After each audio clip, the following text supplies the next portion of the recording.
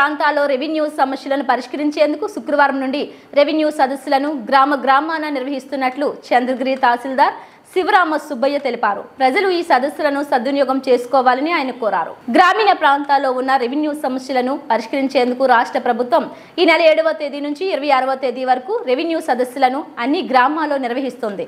అందులో భాగంగా గురువారం చంద్రగిరి తహసీల్దార్ కార్యాలయంలో ఏర్పాటు చేసిన మీడియా సమావేశంలో తహసీల్దార్ శివరామ సుబ్బయ్య మీడియాతో మాట్లాడారు. చంద్రగిరి మండలంలో శుక్రవారం ఉదయం 9 గంటలకు పనపాకం రెవెన్యూ గ్రామంలో రెవెన్యూ సదస్సును ప్రారంభిస్తున్నట్లు తెలిపారు. ఈ సదస్సుకు ప్రతి ఒక్కరూ ఆధార్ కార్డులను తీసుకొని రావాలని కోరారు. సమస్యలను 45 రోజుల లోపల పరిష్కరించేందుకు చర్యలు తీసుకుంటామని చెప్పారు. ఆధార్ తీసుకుంటండి. మీ ఆధారు మీ యొక్క రిప్రజెంటేషన్లో మీ ఆధార్ ఫోన్ నెంబర్ ఫిల్ చేయాల్సి ఉంటుంది.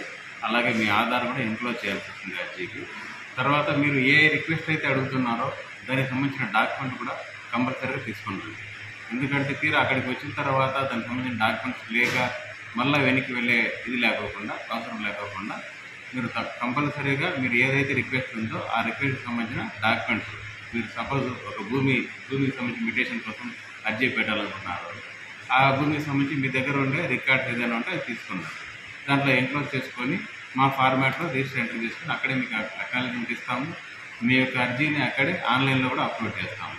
సో ఇప్పుడు రేపు గ్రామ సభలో ఇచ్చిన వాటిని ఫర్దర్గా ఒక 45 డేస్లో మేము అవన్నీ కూడా మీకు రిటర్న్గా మేము తీసుకున్న యాక్షన్ ఇన్ఫార్మ్ చేస్తూ అవన్నీ కూడా క్లియర్ చేస్తాము.